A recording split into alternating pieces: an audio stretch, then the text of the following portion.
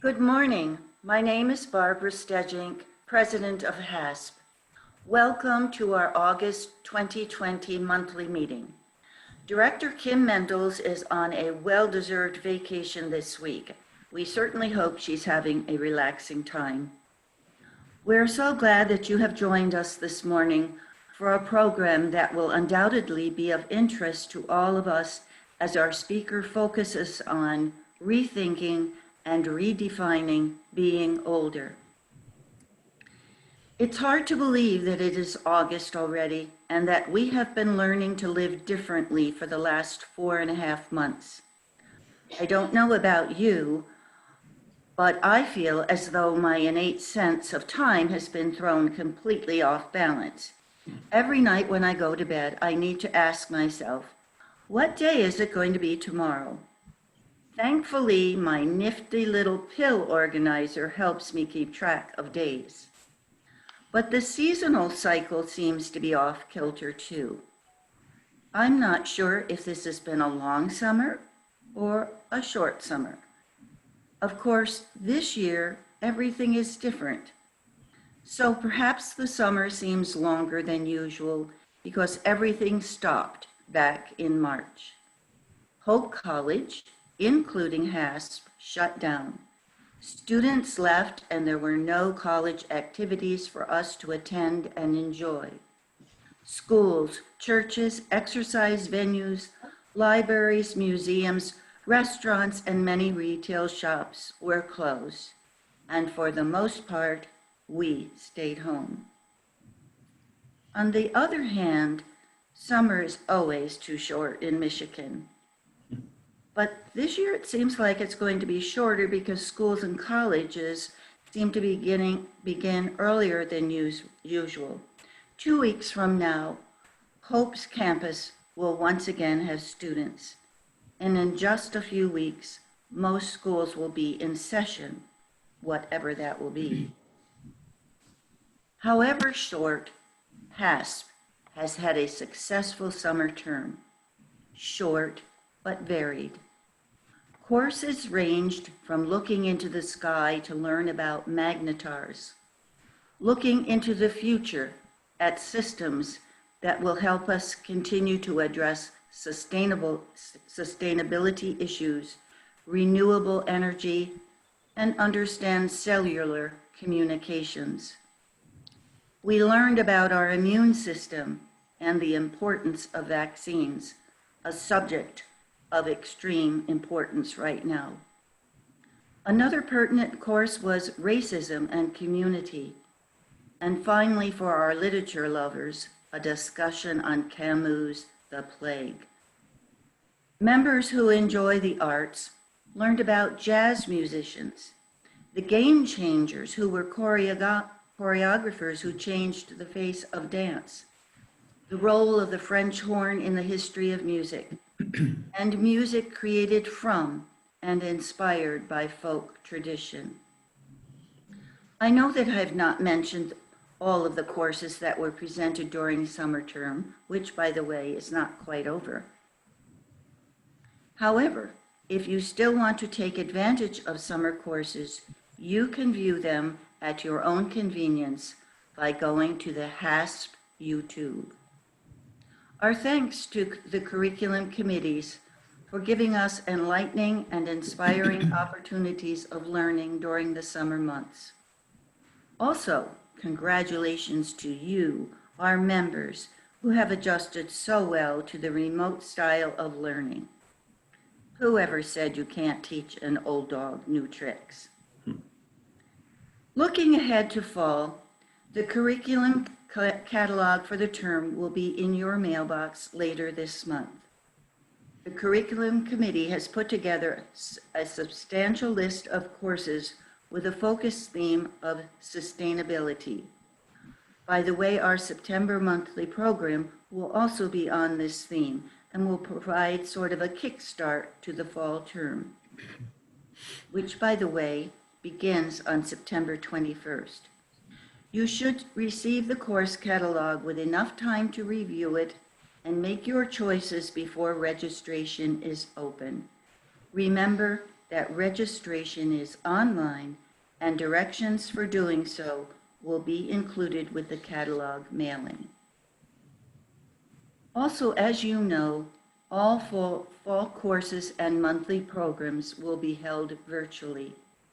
The board made this decision in June, and although we all wish the news of the pandemic would be more optimistic at this time, we feel that the decision to continue our programs remotely was made and is still proving to be in the best interest and safety for our members, presenters, and staff. Now, thank you all to all of you who have supported HAS by renewing your membership. However, if you have not renewed, you will be receiving an email from Kim next week. She would appreciate your response as soon as possible so that we can complete our records for the coming year. You will also receive a constant contact message from Maura Reynolds, who was our service committee chairperson. She will inform us about volunteer opportunities with Hope students in designated classes during the fall semester. And now, Carla Verskure, chairperson of membership, will introduce our guests and new members. Thank you. You're muted, Carla. Okay, thank you, Barbara. I thought I had taken care of that. This morning, we would like to give a special HASP welcome to 3 guests who are with us. They are Jill DeVries and Jack and Julie Riddle. We're so happy that you could join us this morning for our monthly meeting. I would also like to introduce 2 new members. They are Royetta Doe and Sherry Rona. Royetta and Sherry, welcome to HASP. We look forward to meeting you in person and sharing the HASP experience with you as you share your gifts and talents with us. So on behalf of all HASP members, I'd like to welcome our guests and new members this morning. Thank you. Thank you, Carla, and we certainly do look forward to the time when we can meet and greet our guests and new members in person. Amen. And now Claudia Berry will introduce this morning's speaker. Good morning. Our speaker today has had over 15 years of working in the social sector community. Currently, Dave is president and CEO of Evergreen Commons. As we all know, Evergreen is the wellness place for adults 55 and older to participate in life, to live it to the fullest. Evergreen also offers a daycare center for older adults who need assistance and support. Previous to coming to Evergreen Commons, Dave served as Vice President of Advancement for 2 global poverty alleviation organizations, Opportunity International and World Vision. Before working in the social sector, Dave served for 21 years with Herman Miller. His experience includes serving as a corporate officer and an executive vice president. He is a graduate of Calvin College, and he has completed additional advanced classes at the University of Pennsylvania, Wharton School of Executive Education, and Northwestern University's Kellogg Graduate School of Business. Dave and his wife, Sharon, live right here in West Michigan. They have 4 adult children, 3 son-in-laws, and 8 grandchildren. It is with pleasure today that I introduce Dave Knibbe, who will speak to us on the topic of being older, a rethinking and redefining of the later years of life. Dave, please begin. Well, thank you all, and it's a delight to be part of this today. as I've already started to think about the people who are on this call, many of you know Evergreen Commons well, have traveled with this organization for a long time. And of course, I think I'm speaking to the choir here of all of us who are older. But what I'd like to do today is kind of walk through this overview of being older, talk a little bit about a timely redefining of it, some rethinking to being older, and some insights from the Bible. But before we start, of course, I think it's already brought up that we are in this COVID era, this massive disruption to the rhythm of life as we've all been experiencing. I've already seen that we're talking to each other about life before COVID, and now we're in the COVID era and trying to even explain how are we going to be, once we get out of this era. But it is significantly difficult, and as we all know, if we've been paying attention to the constant information that's coming our way, the older adult community is significantly more at risk than any other part of the community. So, and I think we already talked about this, or you've had a session on it, keeping our immune system as strong as possible is something that Evergreen Commons was always about, but now more than ever, how do we do such a thing? So if there's any, I just reinforce, I think Barbara talk about that, that do all that we can to keep our immune system as strong as possible during this time, because that's going to, if we do get it, is going to keep us safe as possible. So let's begin, and I always love Andy Rooney when he brings up this wonderful paradox, that it's paradoxical that the idea of living a long life appeals to everyone, but the idea of getting old doesn't appeal to anyone. So I'm going to kind of unpack this paradox a bit and get at the language, if you will, and specifically getting at this issue of getting old. So in the timely redefining, about 10 years ago, I started at Evergreen Commons.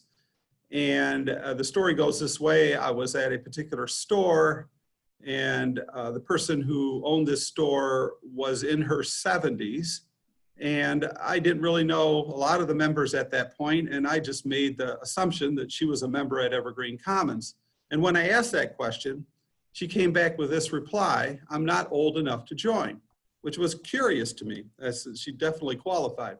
Later on, I talked to a number of other people, maybe in their 70s, even as in their 80s, and many used a similar line, kind of in jest, but this concept of not being old enough to join, which sent me down a trail to say, well, what is this thing called old? And as many of you know, we used to be called the Senior Center. What does that mean? So as you know, in 1935, the Social Security Act was passed, and to qualify back then, you had to be 65 years old. Also in 1935, life expectancy was around 62 years old. And in 1938, this term senior citizen actually came through a political campaign saying how important it is that our senior citizens have something to rely on. It used to be called an old age pensioner, but it also tagged at 65. So if you add all these together, by 1940, Social Security equaled a senior citizen. It equaled old, it equaled frail, it equaled what many people would say your life expectancy near death. So that kind of all lined up to be the same. And that language, if you will, started to travel forward.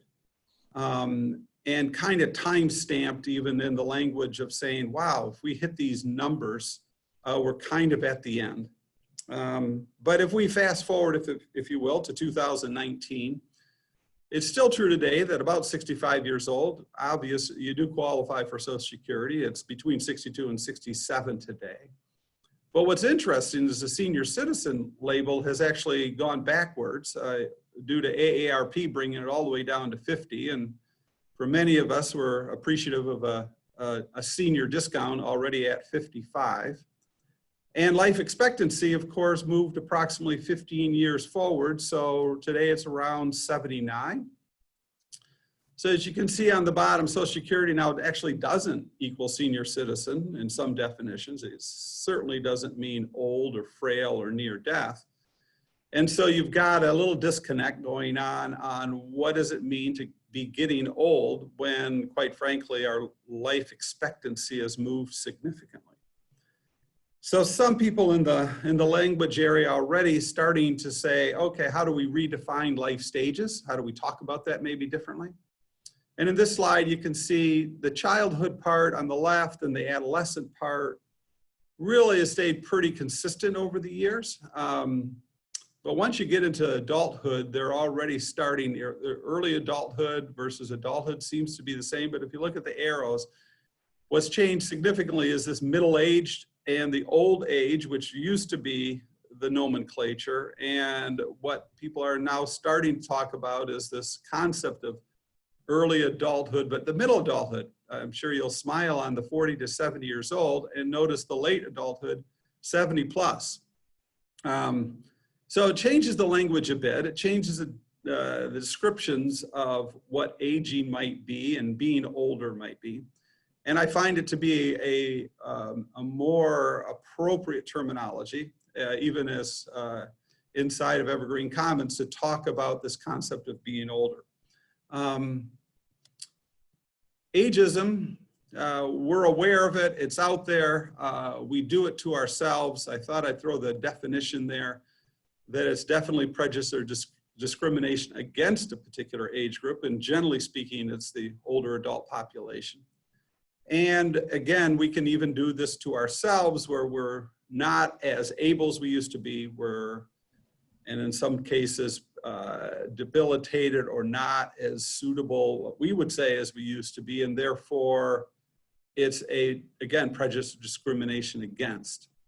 Now, is it prevalent in the older adult community? Absolutely, you see it in all kinds of different things, and even as the COVID has exposed that the more vulnerable population is the older adult population, that also has manifested itself.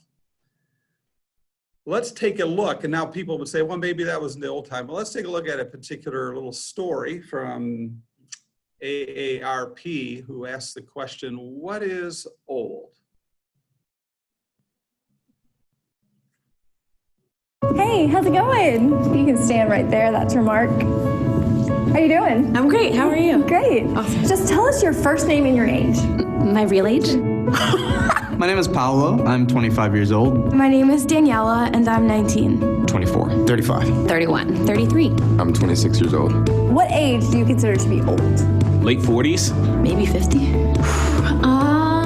I feel like 30 is a new 20, so I'd say like 40 is old. I'd probably say 50s. I'd like you to show me how an old person would cross the street.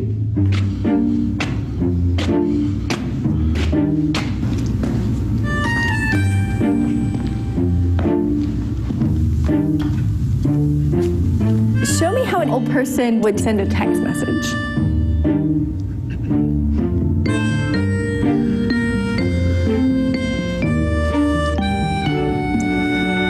How might an old person do a push-up?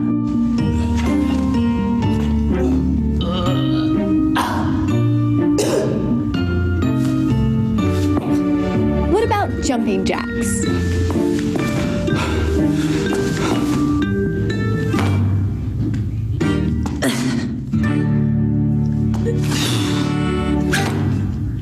Okay, hang on. There's someone I want you to meet.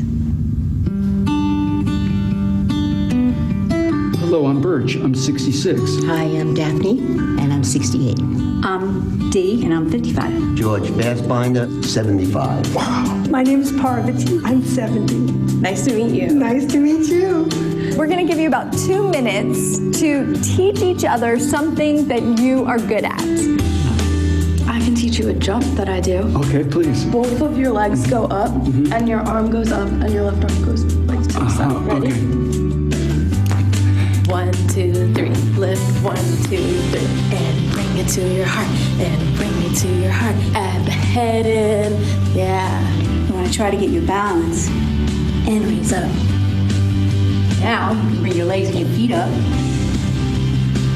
It's hard, right? Yeah. 1, 2, 3, 5, 6, 7. So when you come out of a turn, either way, you go back to that basic switch. Over. Now forward. Over. Yeah. Squirt like this, and give me a hook.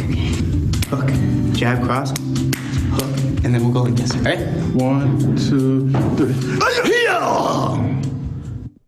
Now, what age might you consider to be old? Probably 80 or 90. He could just do everything that I told him to do.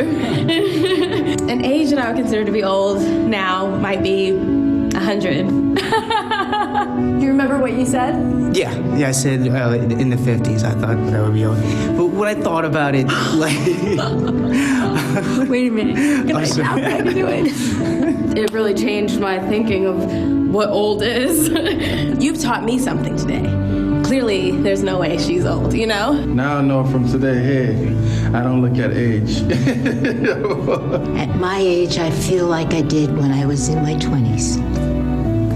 There's so many things that I still want to do. There's so many things that I can do. As long as I'm growing and learning, then age doesn't matter. When people start stopping, that's when they start getting old. Thank you. Thank you so much. Thank you. Okay. Thanks, Daphne. It was great meeting you. How long have you been doing this? Is this a new skill? 40 years. Wow.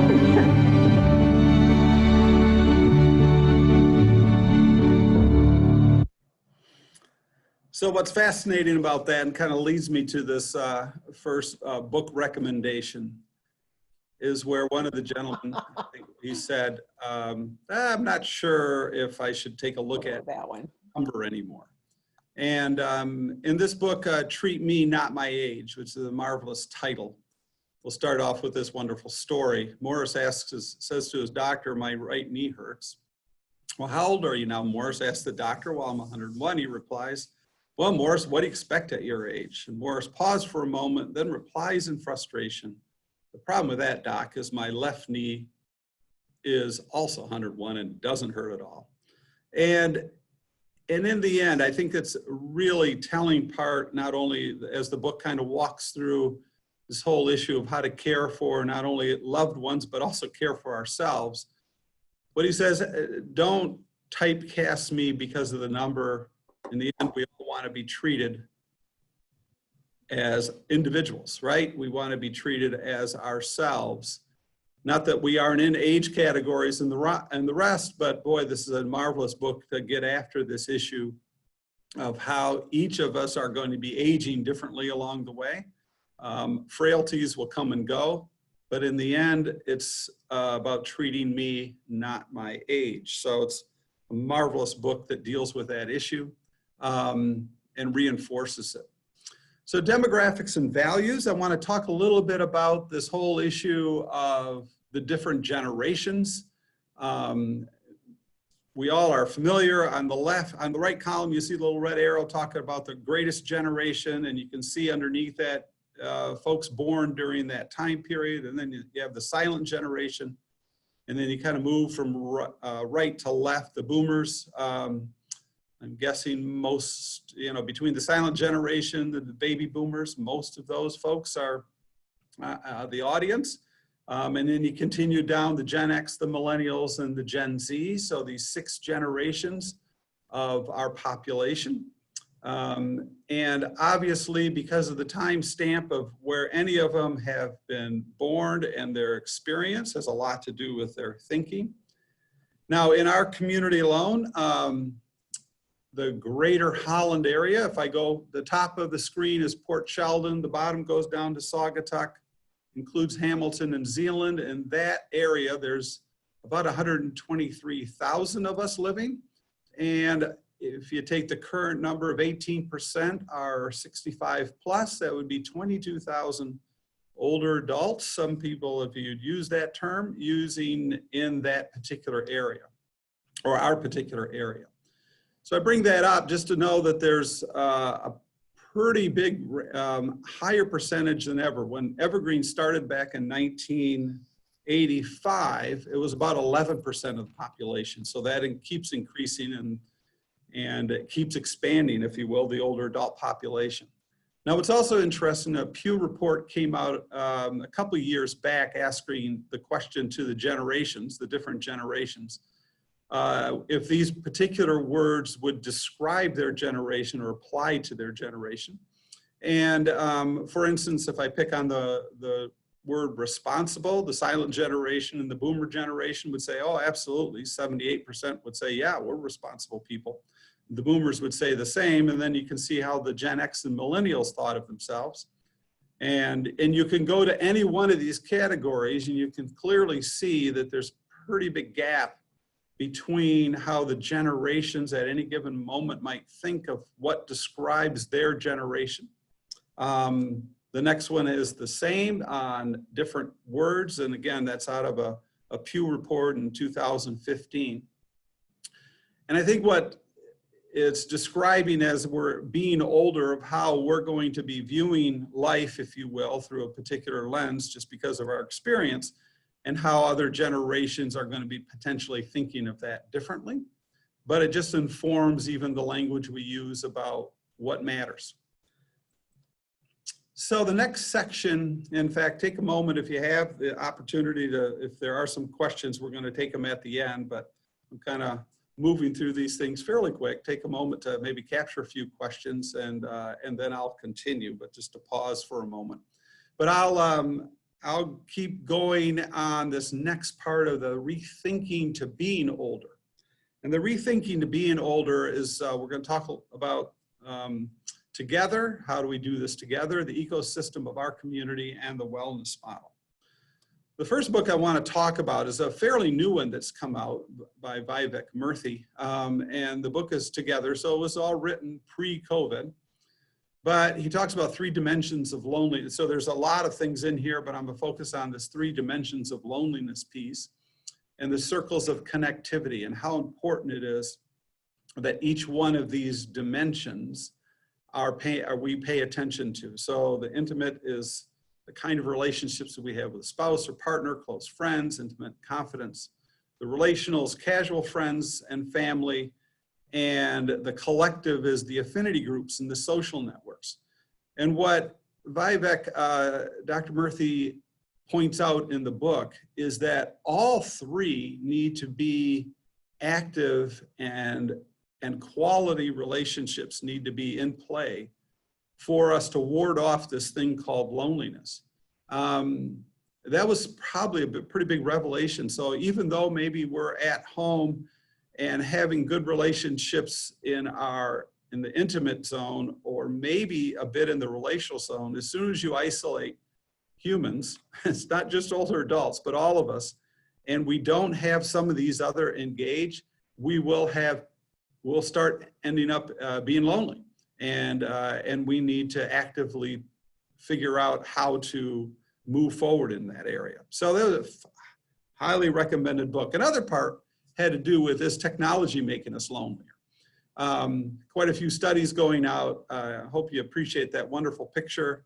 I can remember back in the day when we would gather and watch a show with the family, and how my parents would say, no, that's the end of dialogue and communication, and Zoom, Facebooks, and Alexa, is it going to make us lonelier? And are we going to start being dependent on machinery as opposed to being dependent on each other?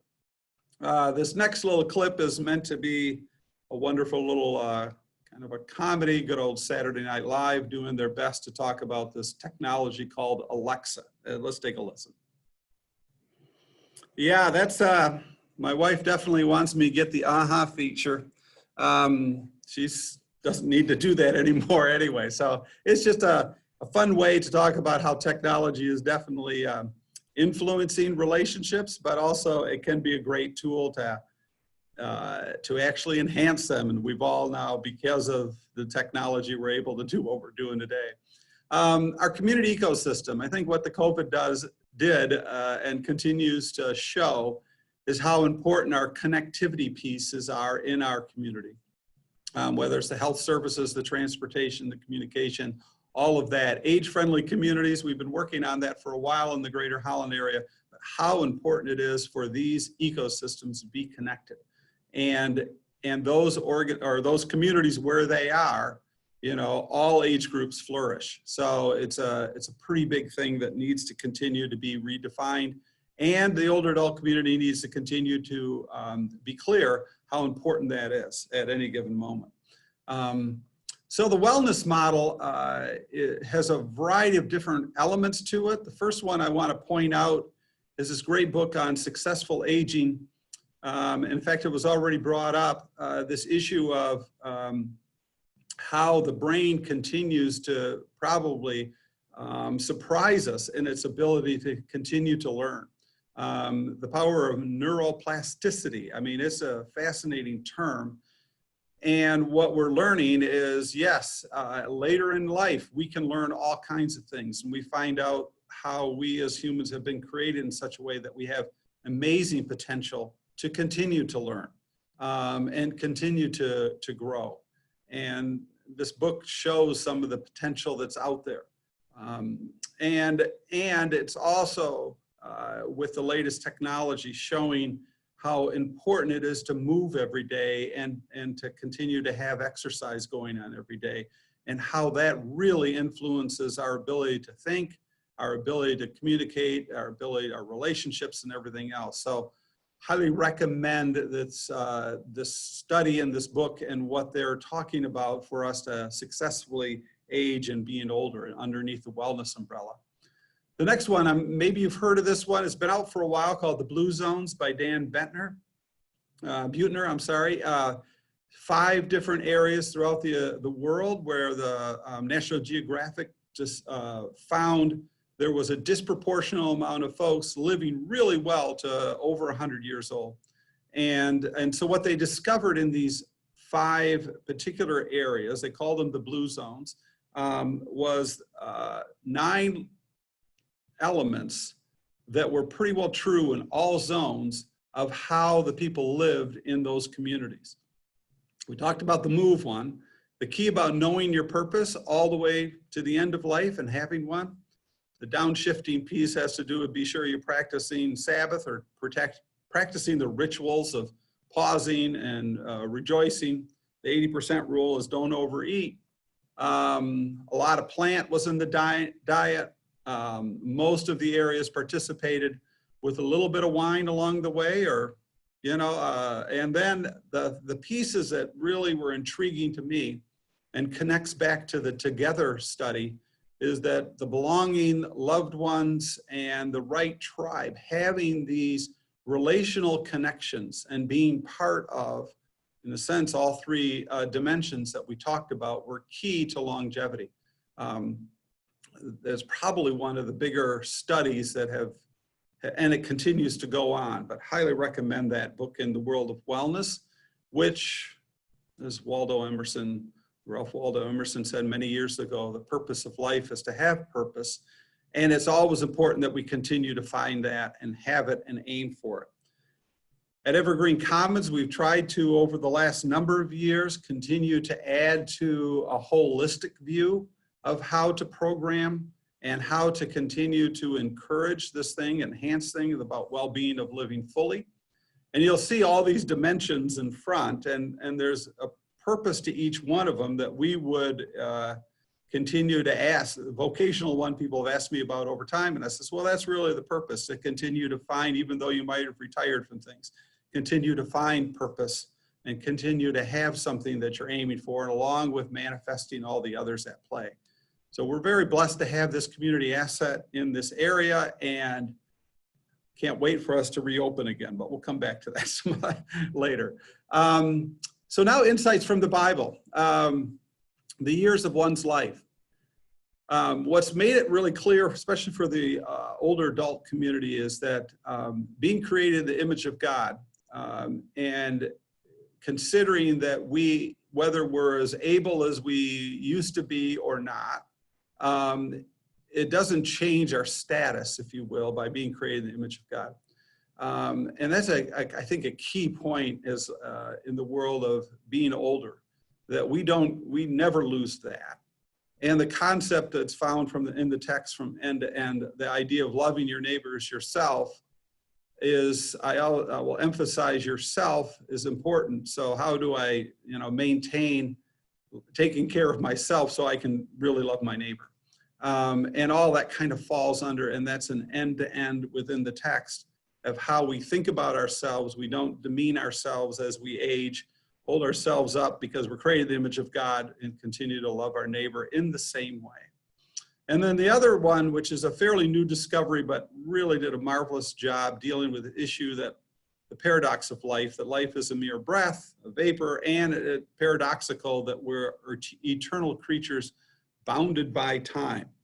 So I'm not sure if anyone of you have studied the book of Ecclesiastes, but this book, David Gibson, pastor out of Scotland, wrote this book on walking you through the book of Ecclesiastes.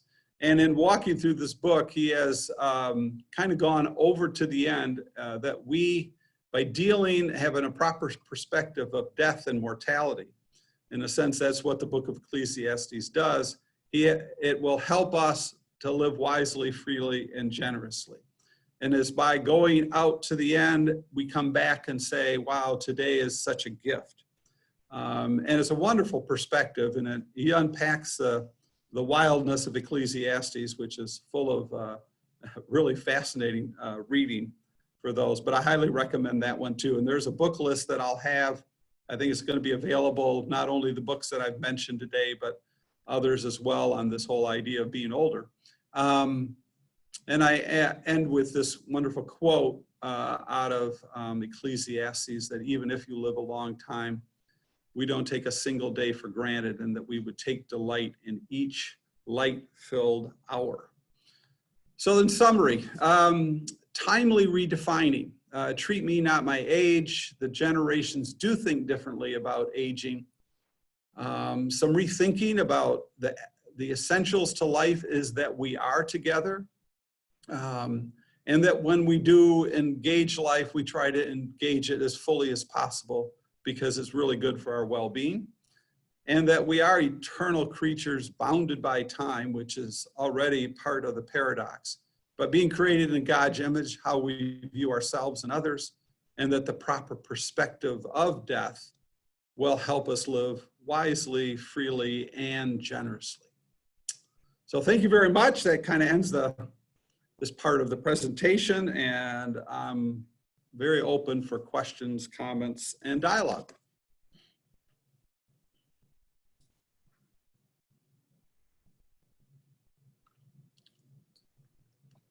Just feel free to unmute yourself if you have a question or a comment.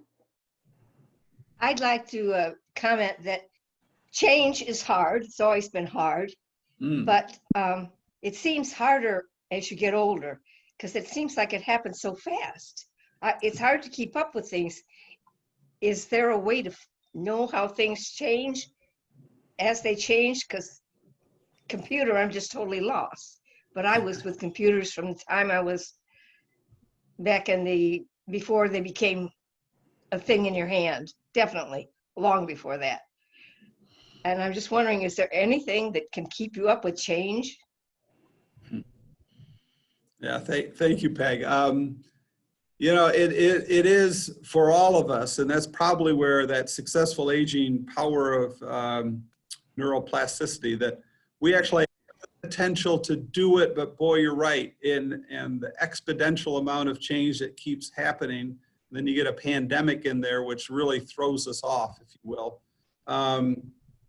It can be really disorientating, which is why it's so important for us inside of our community to continue to gather, or somehow through different kind of ways to communicate, how do we do this together, right? How do we go through some of these changes together as opposed to just by ourselves? And some of that, and that's where the book Together reinforces it, and others do as well. If we don't do this together in community, we're going to get stuck. So, but it is not, I mean, life is difficult. Life is full of potholes. And how do we navigate these waters together the best we can? Yeah, you're right. Dave, that was Mary Buttry's good question. I have another one. It relates to what she asked and how you answered it. But how do you predict the changes that will occur in the descriptors after we finish this COVID era?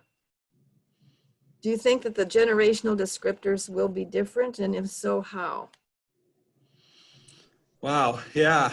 And here's what we all probably on this call realize is that after we've been and we've lived through the years of life, through all of the different changes that occur along the way, it informs clearly our story, if you will. And for those who are in their 20s and 30s, and we remember when we probably thought we were pretty much on our game back then, and we look back and we say, well, maybe not so much, right? So, you know, my hope is that this maturity factor of these changes in life, like the COVID, will inform the millennials and the others that, oh, because we've gone through some great periods of prosperity where you have a number of generations who don't know something like this. Now, there's been a number of folks who, again, are on the call who've gone through a World War II or the disruption in the 60s and the 70s. And so we have some familiarity with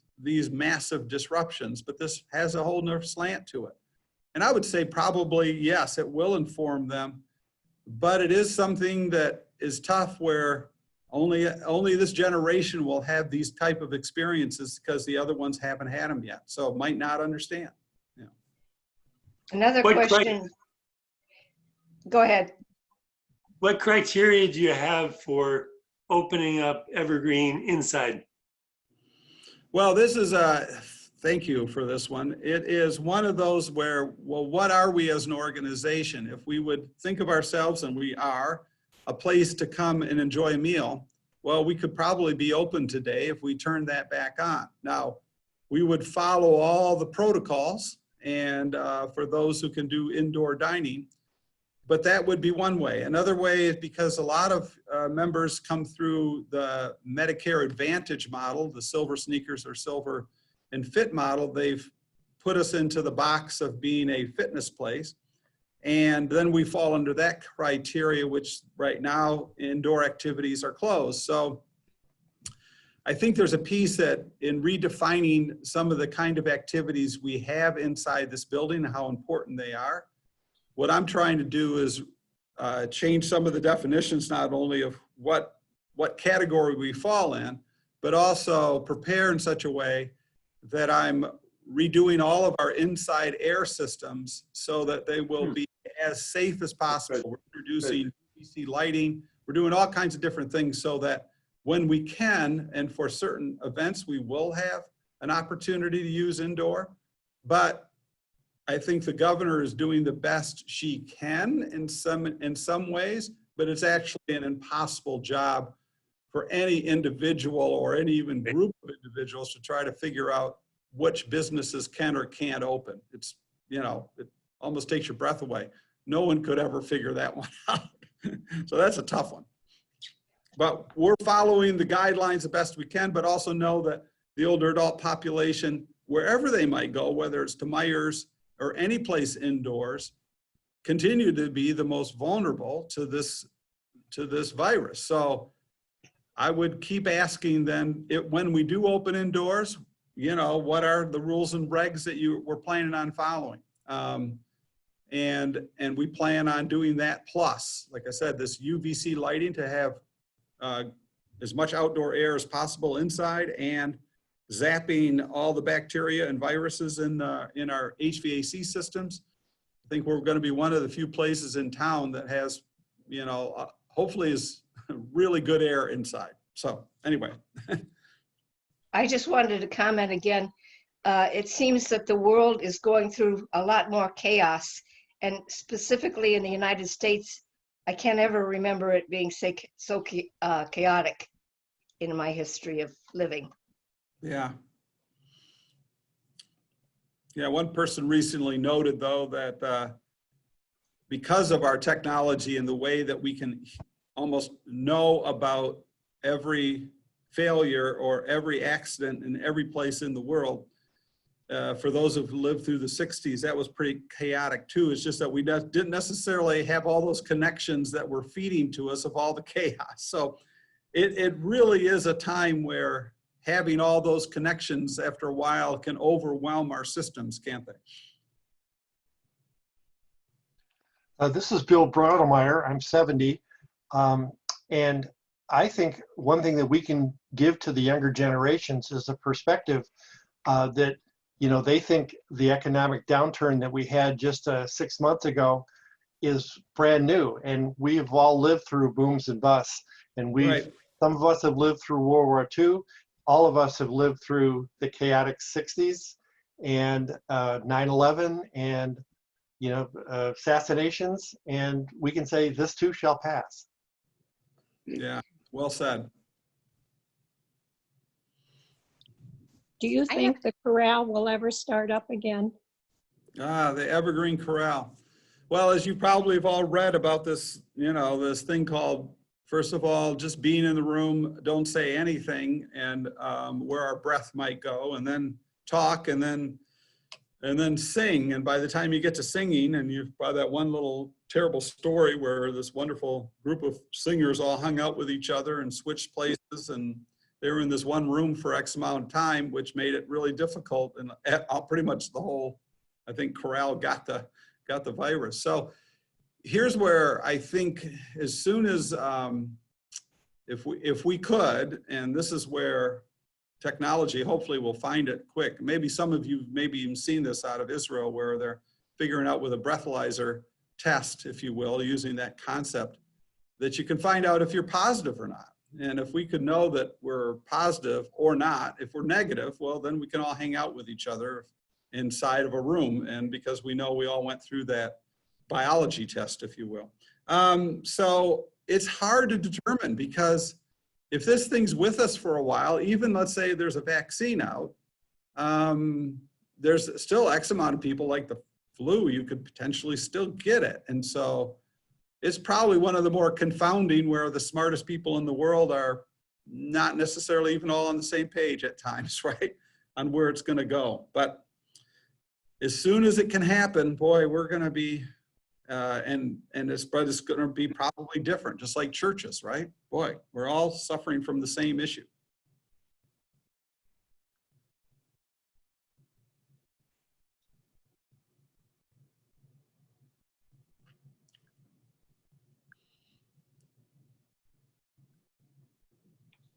Women rowing north. Pardon me? I found this on the web. I have a book to recommend by Mary Pfeiffer, P-I-P-H-E-R. It's called Women Rowing North, Navigating Life's Currents. And let's see, and flourishing. I'm looking it up online. Flourishing, navigating life's currents and flourishing as we age. Mary Pfeiffer is a psychologist, and she has written Reviving Ophelia and The Shelter of Each Other. Yes. And it's just a wonderful reflective book about aging. Good, thank you. And I loaned it to my neighbor, so I can't show it to you, but I found it on my. Okay. Well, I'll definitely add it to my list, so thank you. You're welcome. Thank you. Thanks for doing this. Oh, my pleasure.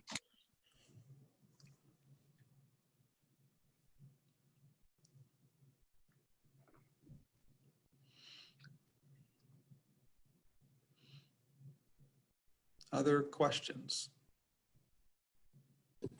Comments? Yes. I don't know if you can see me or not. I'm just wondering what the fee for joining Evergreen Common is today. Oh, well, we have a general membership which runs $60 a year. And then you're a member. So $5 a month, $60 a year. And then once you have the general membership, then you have all kinds of different choices. Of course, when all these programs are up and running, to choose different ones. And one includes fitness packages and different levels. We had pickleball inside, we have wood shop. So then you have access to all of this menu of different options, okay? A lot of people, because they have the Medicare Advantage program, will come through the Silver and Fit or the Silver Sneakers program. But that's what it is. The fitness package, when our pool and everybody's up and running, was running around $30 a month. So a very, very reasonable place. And for those who can't afford it, we have scholarships. So we've always made sure that all income groups could participate and do participate. And another question is, this has nothing to do with aging, but has Evergreen Common become a bit more diverse to reflect our entire community? Well, we are very intentional of trying to reach all the different nations, ethnicities, and so our staff, which is also includes all the different ethnicities, has also helped us being active in there. I'm part of Lakeshore Nonprofit Alliance, which we work on inclusion and diversity issues all the time. So we're giving it our best effort, whether it's the Hispanic community, African American community, Asian community, have reached different representatives inside of that, inviting them. So we've tried to, and I keep checking with the different communities, what potentially are the barriers. But as a community center, the only thing that we might ask you to, before you join, is your age. And other than that, we actually, well, we welcome everyone. And we're working at it. As you know, the percentages in our community of the different ethnicity groups are, and how they might even think of our community center, but we're working at it. It needs to be intentional, and it's an ongoing effort from our leadership standpoint and our board for that matter. So. Okay, thank you. Yeah. You mentioned pickleball. Yes. And it seems possible maybe that with that large room and your HVAC system and the numbers that usually are involved, that you could do social distancing. We've been playing pickleball outside, and we are probably never within 10 feet of anyone while playing. And I wondered whether there's any thinking that the pickleball might be able to take place. I'm hoping so. In fact, you know, again, if you look at who else in town, like MVP, of course, has indoor tennis, and whoever, and I know there's some other places that have indoor activities going on. If Hope College is going to be having their pool, indoor pool for their students, and if you follow certain protocols, we're looking at the aquatic center. So we're following all of the different organizations who have indoor sports programming, and saying, hey, how could we do it? And what do we have in place that if we do get the green light, how to do it? And so I think given the green light and doing the changes that we're doing, it could be doable. We just need to get from this phase 4 thing into phase 5. And that right now, it's hard for Evergreen to justify. They could have indoor pickleball or let me pick on that particular activity. The Dow or other places saying, well, we can't do it. So it's hard to figure that one out in the way that this is being administrated. So. Use your right today and vote. I absolutely did. And in this pandemic, as a great democracy, which I love, it just doesn't work that way as fast, does it? Yeah. Okay, folks, I think it's 10:30, so we want to officially close and allow people who need to leave to go ahead and do so. And David, we're so happy that you could be with us this morning. I look at Evergreen Commons and HASP as being partners, as we both really are lifelong learning institutions. and growing and learning together. So I'd like to have our members give you a very special thank you, and we've never done this before. So all members, go to the bottom of your Zoom screen. And I know that you know where the chat button is. Now go all the way over to the right and you will see an icon that says reactions. Click on that. And one of the two options, and we're going to give David a very special either thumbs up or applause. Evergreen and HASP, mind and body. Well, thank you very much. Thank you. Thanks so much. Very good information. Norma or Susan will close the classroom at 10:40. So if you still have a comment that you want to give to David, you may do that. But the rest of us will be leaving. So thanks you again. And we look forward to seeing our members next month. It will be the second Tuesday in September, September 8th. See you then. Bye-bye.